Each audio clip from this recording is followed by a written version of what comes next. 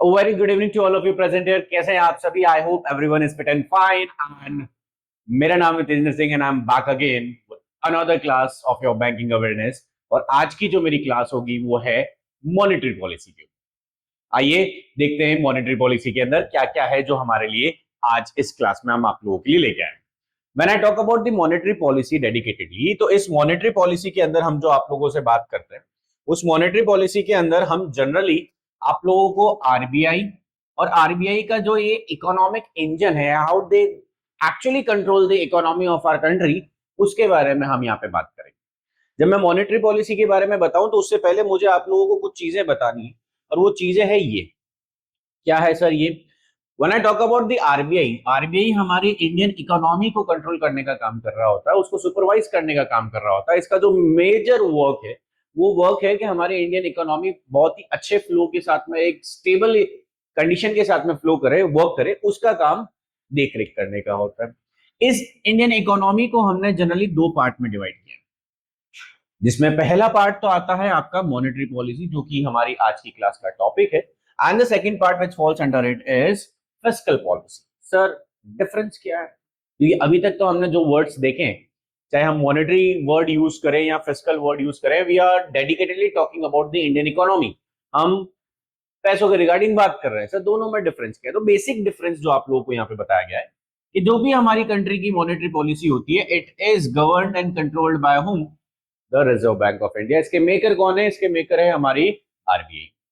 जब मैं बात करूं फिस्कल पॉलिसी की, तो उस फिस्कल पॉलिसी की होल एंड सोल रिस्पॉन्सिबिलिटी जो जाती है वो जाती है गवर्नमेंट ऑफ इंडिया की। और to be more precise, I am talking about the ministry of finance.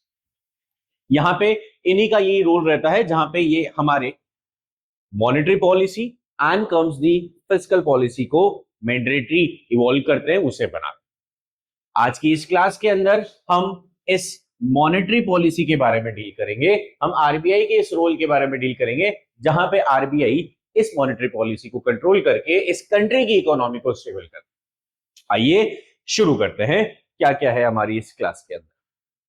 ये क्लास स्टार्ट करने से पहले आप लोगों को कुछ बेसिक से वर्ड्स है, जो वर्ड्स के बारे में आपको बताना जरूरी है।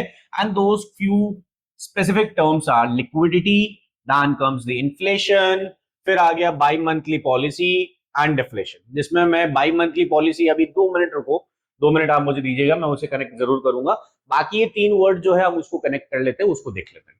When I talk about the liquidity, तो इसको fuel of the Indian economy के नाम पे जाना है। And many of you, all of you are preparing for the banking exam and you all are well aware of it, what does this word mean. But फिर भी हम देख लेते हैं कि the cash present and flowing in the market is to be called as the liquidity.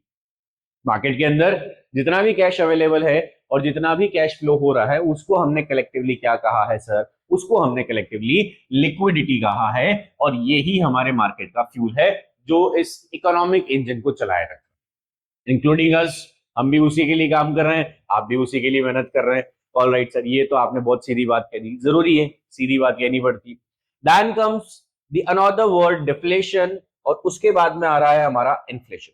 तो let's talk about this word individually. जब मैं बात डिफ्लेशन की कर रहा हूं, तो डिफ्लेशन वो कंडीशन है जब मार्केट में लिक्विडिटी इज लो। जब कोई टीचर कोई चीज पढ़ा रहा होता है, तो उस टीचर के पढ़ाने और सीक्वेंस के पीछे कुछ ना कुछ कारण होता है। जब मैंने ये पूरी क्लास स्टार्ट करने से पहले, when I taught you about this word liquidity के बारे में जब मैंने बात किया, तो उसके पीछे मेरा ये मोटिव नहीं था कि मैं आपको ये मतलब समझाऊं। उसके पीछे जो मेरा मोटिव था कि मेरी आगे होने वाली फर्दर क्लासेस के अंदर मैं इस तरीके के डायरेक्ट वर्ड्स को यूज करूंगा इंस्टेड ऑफ यूजिंग कैश और मनी की। तो यहाँ पे हम डिफ्लेशन को कैसे एक्सप्लेन कर रहे हैं? सर डिफ्लेशन वो कंडीशन है जहां पे मार्केट में जो लिक्विडिटी है वो बहुत लो है। एक बार मैं आप लोगों के लिए रिपीट कर देता हूं, लिक्विडिटी लो होने का मतलब है मनी फ्लो लो होना। ठीक है, this is the last time I am using this word for you, so will be more practical towards our own studies. तो डिफ्लेशन उसे कहा है जिसमें लिक्विडिटी कंसिडरेबली लो है, जिसकी वजह से लोगों की जो स्पेंडिंग है वो रुक जाती है या ना के बराबर होती है। डिमांड सडनली ड्रॉप्स, जो भी मार्केट में जो भी अमाउंट है उसका जो प्राइस है उसकी डिमांड सारी ड्रॉप हो जाती है, forcing prices to go down and triggering unemployment. ठीक है, तो डिफ्लेशन में आपको क्या बताया? जो एक वर्ड आपको याद रखना है, that is low liquidity. Liquidity low होने की वजह से क्या हो रहा है? लोग खर्चा कम करते हैं, लोग खर्चा कम करने की वजह से क्या होता है, डिमांड कम हो जाती है, डिमांड कम होने की वजह से उनकी प्राइसेस गिर जाती है, एंड उनकी प्राइसेस गिरने से क्या होता है, अनएम्प्लॉयमेंट बढ़ जाता है, क्योंकि उन चीजों को बनाने में जितने लोगों को एम्प्लॉयमेंट मिल रहा है वो सडनली ड्रॉप हो गई है, डिमांड ड्रॉप हो गई, प्राइस ड्रॉप हो गई, तो डेफिनेटली वो इंडस्ट्री शट डाउन होगी, एंड जैसे ही वो इंडस्ट्री शट डाउन होगी तो वो लोग अनएम्प्लॉयड हो जाएंगे। सो this is all about deflation. ये क्यों बता रहा हूं, आगे आने वाले पॉइंट्स के अंदर आपको समझ में आ जाएगा, और इसके आगे की जो भी मेरी मॉनेटरी पॉलिसी की जो क्लासेस रहेगी उसके अंदर ये वर्ड आपको डेफिनेटली बार बार सुनने को मिलेगी। Then comes the inflation. अगर आपको डिफ्लेशन समझ में आ गया है तो इन्फ्लेशन इसका बिल्कुल उल्टा, एक चीज याद रखनी है, दूसरा वाला बिल्कुल इसका अपोजिट है। तो if I talk about the inflation, तो इन्फ्लेशन में जो चीज याद रखनी है sir, the liquidity is too high. Market में जो मनी की अवेलेबिलिटी है वो बहुत ज्यादा है, liquidity is extremely high. Extremely high होने की वजह से sir demand goes suddenly up and the supply remains the low, causing prices to rise rapidly. क्या है सर इसका मतलब, सडनली आप लोगों के पास में खर्च करने के लिए पैसा बहुत ज्यादा आ गया आप लोगों की पॉकेट में, जिसकी वजह से आपको जो जो चीज चाहिए वो चीजों की डिमांड बढ़ गई। ऐसा नहीं है कि आईफोन सिर्फ आप ही को चाहिए, सबको चाहिए। ऐसा नहीं है कि आईपैड सिर्फ आप ही को चाहिए, सबको चाहिए। ऐसा नहीं है सिर्फ लग्जरी कार सिर्फ आपको चाहिए, सबको चाहिए। But why everyone is not buying, because वो अपने पॉकेट की कैपेबिलिटी को देख रहे हैं। अगर वही आपकी pocket is full of crore and rupees, अगर आपके जेब के अंदर, आपके पॉकेट के अंदर बहुत सारा पैसा, तो definitely you won't think buying anything, आप फिर एमआरपी की टैक्स नहीं देखेंगे। तो यहाँ पे कंडीशन वही आ रही है कि सर जब मैं बात इन्फ्लेशन की कर रहा हूं, तो इन्फ्लेशन के अंदर क्या हो रहा है कि सर लिक्विडिटी बहुत ज्यादा हो गई, जिसकी वजह से डिमांड बहुत ज्यादा हो गई। डिमांड ज्यादा होने की वजह से सप्लाई अभी भी स्टैग्नेंट है, सप्लाई नहीं बढ़ पाई है, और सप्लाई नहीं बढ़ना और डिमांड ज्यादा होने की वजह से क्या हो रहा है सर, वो प्राइस, उस चीज की जो प्राइस है वो सडनली बूम कर गई, सडनली बूस्ट कर गई। यानी आज हमारे पास में पैसा तो है, लेकिन वो चीज जो हमें चाहिए वो बहुत ज्यादा महंगी होगी। Again this is what, this is inflation. इस क्लास के अंदर जब हम बात करते हैं आरबीआई की मॉनेटरी पॉलिसी की, now I am using those technical word जो मैं आपको इतनी देर से पढ़ा रहा हूं, इतनी देर से समझाने की कोशिश कर रहा हूं। अगर आप में से किसी भी बच्चे के दिमाग में ये आ रहा है कि sir where I will use all those words, तो आइए मैं आपको बता देता हूं कि आरबीआई जब भी मॉनेटरी पॉलिसी को गवर्न करने की कोशिश करता है या रेगुलेट करने की कोशिश करता है, तो in that particular case RBI जिन चीजों का ध्यान रखता है वो सर मार्केट में लिक्विडिटी कैसा है, क्योंकि उस लिक्विडिटी से मार्केट में इन्फ्लेशन एंड मार्केट में डिफ्लेशन की कंडीशन होती है। इसी इन्फ्लेशन और डिफ्लेशन को कंट्रोल करने के लिए RBI monetary policy. I hope this is good for you और आप लोगों को ये चीजें समझ में आ रही है, और यही मेरा काम है आप लोगों के लिए चीजें इजी करके लाके देना। I am not here to go on with long long lectures लेके आके और उन लेक्चर्स का ड्यूरेशन बढ़ाऊं just by giving more and more examples. नहीं, ये काम मेरे नहीं है, मैं यहाँ पे पढ़ाने आया हूँ, definitely I will go with what I am here for. ठीक है, तो आपको मैंने यहाँ पे लिक्विडिटी समझा दिया, डिफ्लेशन समझा दिया, इन्फ्लेशन समझा दिया। क्लियर है? ये वाला वर्ड 2 मिनट आप रुकना, थोड़ी देर और रुकना, उसके अंदर मैं आपको ये समझा दूंगा कि सर ये बाई मंथली पॉलिसी कहां पे यूज आ रही है। इसी लिक्विडिटी को, इन्फ्लेशन को, डिफ्लेशन को कंट्रोल करने के लिए पहले आरबीआई के जो बोर्ड ऑफ डायरेक्टर्स हुआ करते थे, जो कि मैंने आपको लास्ट क्लास में बताया, and there are like 21 members in the board of directors, वो इस कंट्री की मॉनेटरी पॉलिसी को संभाला करते थे। But with the passage of time 2014 में the government of India intervene, और उस इंटरवेंशन के अंदर उन्होंने एक कमेटी का फॉर्मेशन करने की चाहिए, जिसके अंदर there were like total 7 members, and out of दो 7 members 4 members were from the government of India and 3 were from the Reserve Bank of India, या मैं बोलूं बैंकिंग एरिया, बैंकिंग सेक्टर से। ये भी अगेन एक्सेप्टेड नहीं था, एक तरफ 4 एक तरफ 3, which is not an equal share. फिर बाद में with certain conflict and certain discussion एक नई पॉलिसी का फॉर्मेशन होता है, एक नई कमिटी का फॉर्मेशन होता है, जिसका नाम रखा जाता है द मॉनेटरी पॉलिसी कमिटी, या जिसको हम शॉर्ट में बोलते हैं द एमपीसी। क्या है सर ये एमपीसी? सर ये MPC is group of 6 members, 6 लोग बैठे, जिसमें से 3 वर्ड बोलो क्योंकि ये आपको डिलीवर लेट होगा। 3, और मेरी केस में अभी मैं प्रेजेंट केस सिनेरियो में बात हूं, 3 are from the RBI and 3 are from the government. ठीक है, जिसमें से एक मेंबर तो खुद आरबीआई का क्या होगा सर, गवर्नर होगा, वो एक मेंबर होगा, वही इस एमपीसी का चेयरपर्सन भी होगा। बाकी 2 मेंबर्स आरबीआई की तरफ से आएंगे, एंड इधर 3 मेंबर्स कहां से आएंगे सर, द गवर्नमेंट की तरफ से रिप्रेजेंटेटिव आएंगे. Why I am not writing the names here? मैंने, अगर आप लोगों को दिख रहा होगा तो I am hiding those names because I need your engagement here in this video, and for that I want all of you to write the names. आप बिना सर्च किए जेन्युइनली पढ़ाई के साथ में आप लोगों ने, मैं आप लोगों को ये सब चीजें पढ़ा भी चुका हूं. For those who are studying new, उनको मैं अगली क्लास में बता भी दूंगा. और जिन्होंने मुझसे पढ़ रखा है वो कमेंट सेक्शन में आरबीआई के अंदर, एमपीसी के अंदर आरबीआई के जो 3 मेंबर्स एंड गवर्नमेंट के अंदर के जो 3 मेंबर्स है उनका नाम आप एड ऑन करके देंगे. फर्दर ये क्या है सर? 2016 के अंदर एक कमिटी बनती है, उर्जित पटेल कमिटी. उस कमिटी के रिकमेंडेशन के ऊपर ये कमिटी का फॉर्मेशन होता है जिसका नाम है दी मॉनेटरी पॉलिसी कमिटी. और एमपीसी की रिस्पॉन्सिबिलिटी बनती है कि आरबीआई के अंडर फॉल करने वाली जितनी भी हमारी मॉनेटरी पॉलिसी के जितने भी सेगमेंट्स हैं, उन सेगमेंट्स में क्या रेशियो रहेगा, किस हिसाब से रहेगा, everything to be covered with this, controlled by this MPC. ठीक है. कब बनाया था सर इसे? सर इसे 2016 में बनाया था. किस कमेटी के रिकमेंडेशन पे बनाया? सर इसको उर्जित पटेल कमेटी के रिकमेंडेशन पे बनाया. इसमें जो एमपीसी का चेयरपर्सन है वो उस समय का आरबीआई का जो भी गवर्नर होगा, whosoever the person will be sitting on this particular post will be the chairman of this committee by default. ठीक है. बाय डिफॉल्ट वो उसके चेयरमैन होंगे. अब वो जो वर्ड मैंने आपको कहा था ना बाई मंथली पॉलिसी वाला, वो यहां पे मैं आपको क्लियर कर दूंगा. इसके लिए एक रूल और ऐड किया गया है, एंड दैट रूल सेज कि this committee should meet minimum 4 times a year. साल में कम से कम 4 बार तो आपको मिलना ही मिलना है. अच्छा, मैक्सिमम पे कोई लिमिट नहीं है. आप साल में 5 बार मिलो, 6 बार मिलो, 12 बार मिलो, हर महीने मिलो, या महीने में 2 बार मिलो, उसके ऊपर कोई भी कैप नहीं है. बट जो कैप है वो उसके मिनिमम क्राइटेरिया पे है, and that minimum criteria says that this particular MPC should meet 4 times a year. एक साल में 4 बार तो ये मिलना ही मिलना चाहिए. ठीक है. और यहां पे वो बाई मंथली पॉलिसी आ रहा है. अभी प्रेजेंट के सिनेरियो के अंदर ये एमपीसी जो है साल में 6 बार मिल रहा है, 2-2 महीने के गैप से आराम से ये मिल रहे हैं. And this is how they are working in present case scenario. यहां तक अगर आपको चीजें क्लियर है तो कमेंट सेक्शन में give me a thumbs up, I will move forward. इस एमपीसी का फर्दर क्या क्या काम रहता है? तो इसके अंदर जो हमारा जो कोर ऑब्जेक्टिव है वो कोर ऑब्जेक्टिव 2 सेगमेंट में जाता है. The very first objective is the growth and development of all. सबका विकास, सबका साथ, सबका विकास वाली जो कहानी है, growth and development for all, including the agricultural sector, हमारा education sector, the housing sectors, everything. उन सब के अंदर इक्वलेंट रेशियो के अंदर ग्रो हो, उन सब में हमें ग्रोथ दिखे, उन सब में हमें डेवलपमेंट दिखे.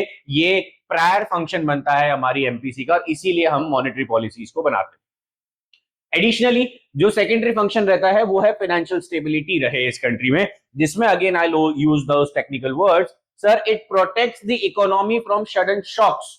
ये जो आजकल मार्केट में सडनली कुछ भी हो रहा है, अभी मैं रिसेंटली मैं बताऊं तो अभी यूएस ईरान के अंदर पीस ट्रीटी होने वाली थी, जिसके अंदर से यूएस प्रेसिडेंट डोनाल्ड ट्रंप के एक ट्वीट की वजह से वो पीस ट्रीटी सडनली रुक गई. तो ये जो अनस्टेबिलिटी मार्केट में हमें देखने को मिलती है, इस अनस्टेबिलिटी से हमारी इकोनॉमी को बचाने के लिए, उस फाइनेंशियल स्टेबिलिटी को लाने के लिए we need this monetary policy. और ये हमारा सेकेंडरी गोल बन जाता है, जिसमें अगर और डेप्थ में जाऊं तो this monetary policy works to prevent hyper inflation वाली condition and to prevent us from deflation वाली कंडीशन. ना हाइपर इन्फ्लेशन होना चाहिए, ना डिफ्लेशन होना चाहिए. इन दोनों के बीच में सारी सिचुएशन ठीक है. यहां पे ये एमपीसी का प्रायर मोटिव रहता है.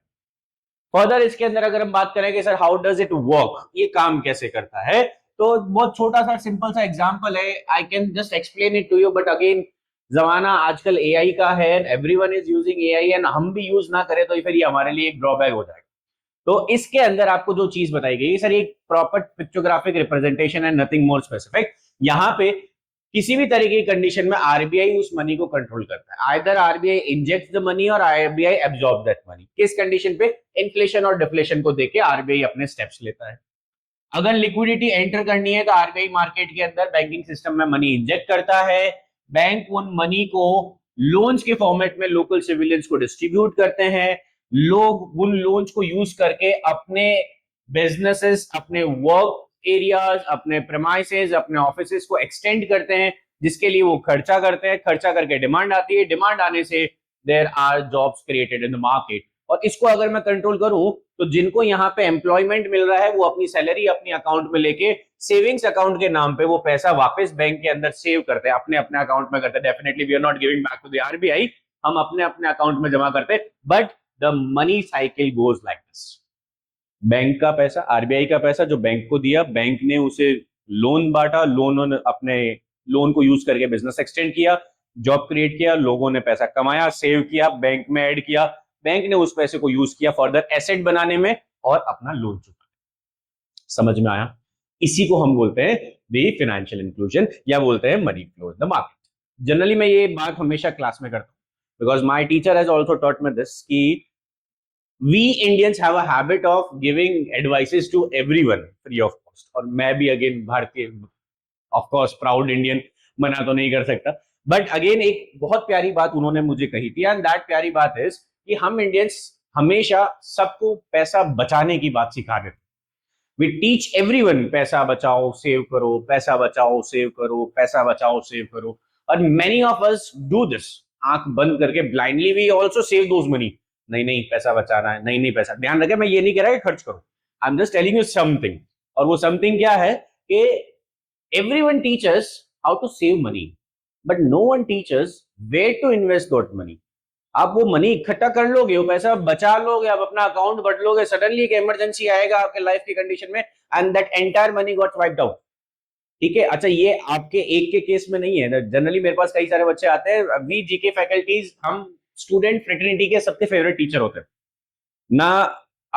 Don't get offended with this but this is the reality. आप कोचिंग इंडस्ट्री के अंदर किसी भी फैकल्टी को ले लो, जनरली अगर आप देखोगे तो मैक्सिमम शेयर होता है कि कोई स्टूडेंट अगर किसी टीचर से कनेक्ट करता है तो वो एक जीके फैकल्टी होता है, क्योंकि हम ब्लंटली बोलते हैं।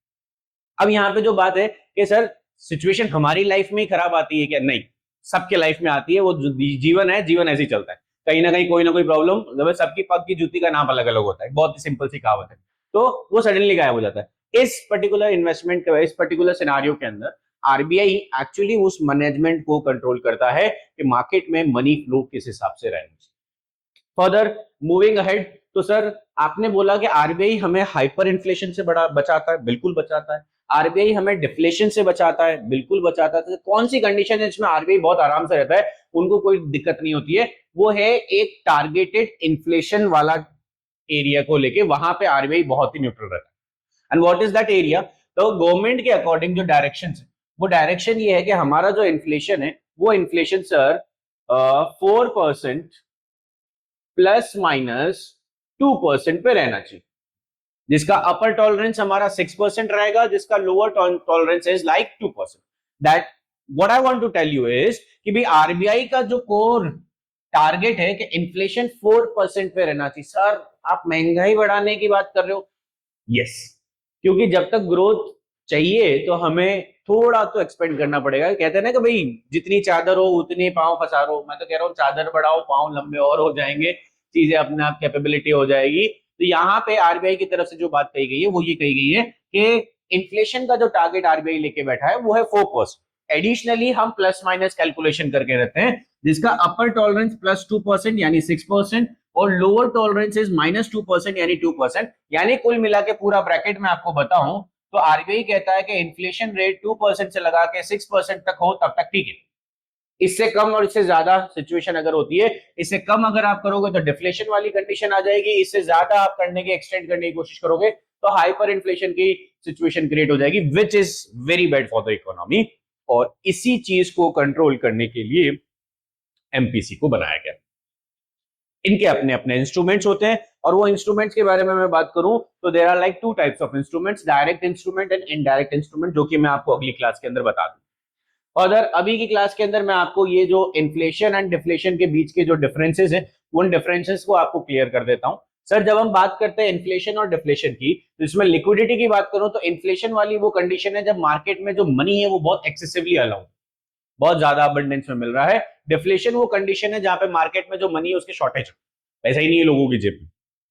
जब मैं बात डिमांड और सप्लाई की करता हूं तो इन्फ्लेशन वाले केस में डिमांड जो है वो बहुत ज्यादा हो जाती है, demand is very high and supply is limited, क्योंकि लोगों की जेब में पैसा बहुत ज्यादा है तो लोगों की डिमांड बढ़ गई है। अब डिमांड बढ़ गई है, सप्लाई तो उतनी है।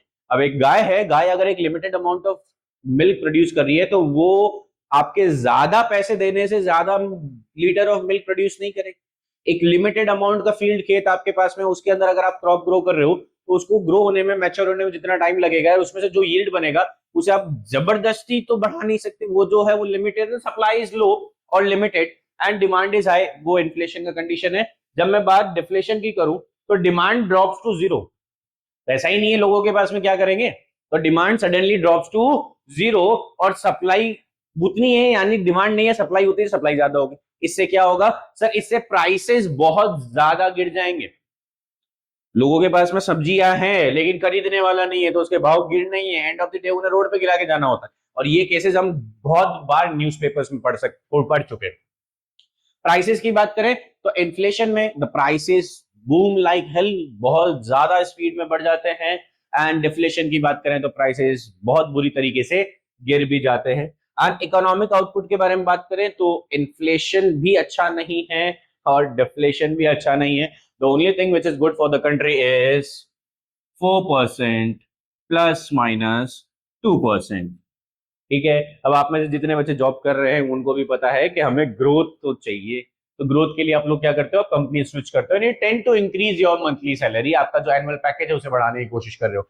जब आप पैकेज बढ़ाने की कोशिश कर रहे हो तो why just only you have all those fun. तो यहाँ पे 4% प्लस माइनस 2% के अंदर पूरी इकोनॉमी के अंदर हल्का फुल्का इन्फ्लेशन की रिक्वायरमेंट है, अगर आप एक अच्छी स्टेबल इकोनॉमी की रिक्वायरमेंट समझते हैं तो। फर्दर यहाँ पे ये चीज मैं आपको बता ही चुका हूं, इफ मार्केट में पैसा बहुत ज्यादा है, इन्फ्लेशन वाली कंडीशन आ रही है, तो उस केस में आरबीआई क्या करता है, मनी को एब्जॉर्ब कर लेता है। कैसे एब्जॉर्ब करता है, आरबीआई अपने अलग अलग मेथड्स को यूज कर देता है। बैंकों में सीआरआर एसएलआर के रेट्स बढ़ा देता है, गवर्नमेंट सिक्योरिटीज मार्केट में डाल देता है, लोगों से पैसा ले लेता है, पैसा मुझे दे दो, ये रख लो, थोड़ा टाइम शांति रखो। अगर आरबीआई ये देखता है कि मार्केट में पैसा बहुत कम है, ठीक है, डिफ्लेशन वाली कंडीशन है, तो उस समय आरबीआई क्या करता है, गवर्नमेंट सिक्योरिटीज बेचने लग जाता है। हमें गवर्नमेंट सिक्योरिटी दे दो, हम आपको पैसा वापस कर रहे हैं। आरबीआई सीआरआर एसएलआर की रेट्स गिरा देते हैं, बैंकों के पास में पैसा थोड़ा ज्यादा होता है, वो ज्यादा लोन डिस्ट्रीब्यूट करते हैं, मार्केट में मनी फ्लो बढ़ता है। तो इसको हमने बोला है आरबीआई मनी इंजेक्ट इस तरीके से करता है, और जब मार्केट में पैसा बहुत ज्यादा है तो आरबीआई मनी एब्जॉर्ब कर लेता है। So this is what we have taught here in the class. अब कुछ बेसिक सी बातें जो अभी तक हमने कर ली। हमने बात करी फिस्कल पॉलिसी की, जो गवर्नमेंट कंट्रोल करती है टैक्सेस के फॉर्म में। हमने बात करी मॉनेटरी पॉलिसी की, जिसका कंट्रोल आरबीआई का जाता है। दोनों के दोनों जो है वो हमारी इकोनॉमी के व्हील्स है, दोनों इक्वली इंपॉर्टेंट है। जब मैं बात मॉनेटरी पॉलिसी कमेटी की करता हूं तो 6 मेंबर की कमेटी है, 2016 में इसको बनाया गया है। 3 मेंबर इसके आरबीआई के होंगे, बाकी 3 मेंबर गवर्नमेंट की तरफ से रिप्रेजेंटेटिव होंगे। आरबीआई का जो आइडल इन्फ्लेशन टारगेट है सर, वो 4% प्लस माइनस 2% है, जिसका अपर टॉलरेंस 6% जाएगा and lower tolerance will go to 2%। ठीक है, फर्दर मनी फ्लो को कंट्रोल करते हैं सो दैट कि हाइपर इन्फ्लेशन या डिफ्लेशन जैसी कंडीशन दोबारा मार्केट में क्रिएट ना हो। ये काम है हमारी मॉनेटरी पॉलिसी। ये मैं आपको बता ही चुका हूं सर, बाई मंथली पॉलिसी का कॉन्सेप्ट है, 2-2 महीने में जनरली इनको मिलना होता है। ये चार्ट के फॉर्म में आपको दिखा दिए हैं। यहाँ पे कुछ क्वेश्चंस जनरली आ गए हैं। पहला, sir is monetary policy strictly released only 6 time a year, क्या 6 बार ही एक साल में मिलते हैं? ये मैं आपको पढ़ा चुका हूँ। कोई जरूरी नहीं है कि 6 बार मिले, बस मिनिमम कैप है वो फिक्स कर रखा है, साल में 4 बार तो आपको मिलना ही मिलना है। मैक्सिमम आपकी मर्जी, आप चाहे कितना माना। जिसका एग्जांपल है, कोविड के टाइम हम 7 बार मीटिंग कर चुके, अभी प्रेजेंटली आरबीआई 2-2 महीने से 6 बार मीटिंग कर रहा है। फर्दर मॉनेटरी पॉलिसी कमिटी हमने पढ़ा 2016 में आया, ठीक है। अब द क्वेश्चन है इसके सर, 2016 से पहले इस कंट्री की मॉनेटरी पॉलिसी कौन कंट्रोल कर रहा था? तो वो भी मैं अभी आपको समझा चुका हूं। 2016 से पहले आरबीआई के जो 21 मेंबर्स है, बोर्ड ऑफ डायरेक्टर्स है, वो 21 मेंबर्स इसे कंट्रोल करते थे। Later on when the formation, after the formation of the MPC, ये मेंबर्स नहीं कर रहे। अब एमपीसी के जो 6 मेंबर्स है वो कंट्री की मॉनेटरी पॉलिसी को कवर कर रहे हैं, ठीक है।